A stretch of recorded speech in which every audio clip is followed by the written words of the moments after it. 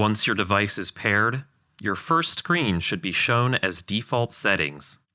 If your device did not show default settings as the first screen, you will need to disconnect and wipe data before first use. Tap the three dots in the top right corner. Scroll down and tap Remove Device. Tap Disconnect and Wipe Data. Tap Confirm. Tap the plus sign in the top right corner. The app should automatically detect the device that you previously connected. Tap Go to Add.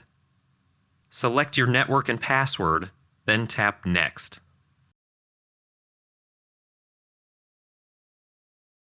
Tap Next. Name your device and set your room settings. Then tap Done. Now the default screen is your first screen and is ready to use. Thank you for purchasing the Good Earth LED Smart Security Light.